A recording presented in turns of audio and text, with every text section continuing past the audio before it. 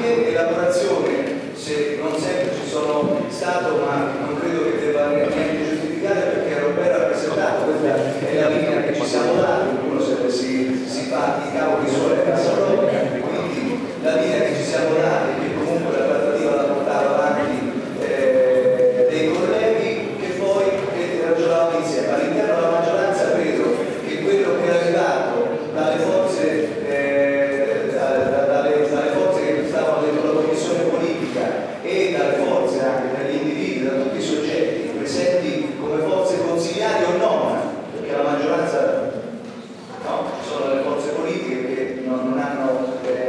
consiglieri ma che stanno in maggioranza, quindi abbiamo fatto questo lavoro grosso credo, di sintesi, meglio difficilmente poteva, è una sintesi, non è la cosa più bella del mondo, per potersi sedere. Quello che mi lascia, e chiudo proprio qua, che non mi piace per niente, perché se non ripeto, ho sempre pensato che questo è un luogo della politica, non un luogo della terapia. Allora non c'è deve essere l'elemento catartico, ognuno si può incazzare oppure controllare come si può. Però quando si parla di, e non vorrei veramente fare un battimento col consigliere Massaccesi perché sennò diventa teatrino sul teatrino, però perché non l'ha utilizzato solo Massaccesi questo termine. Quando si parla troppo di coscienze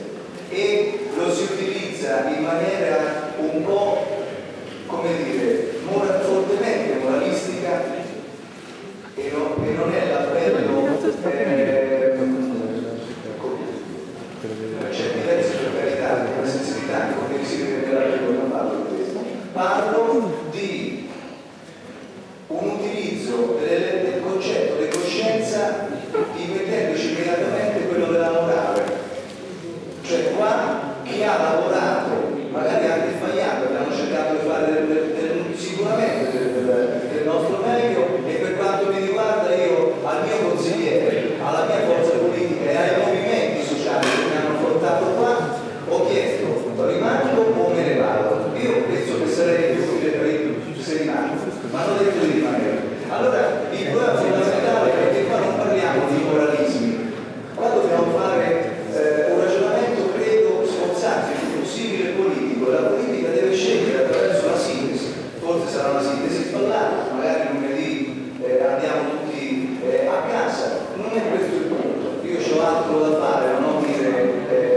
di avanzamento politico. Il problema è quello che, e chiudo proprio veramente, però non mi sta bene, con Claudio Frattesi ci conosciamo credo da 32 anni, non mi sta bene e credo che sia una scivolata di stile il fatto di mettere in dubbio l'assenza, perché si poteva fare in tanti modi, del consigliere De Verdi oggi a questa assemblea. Avrà avuto i suoi motivi, sarà stato male o starà bene o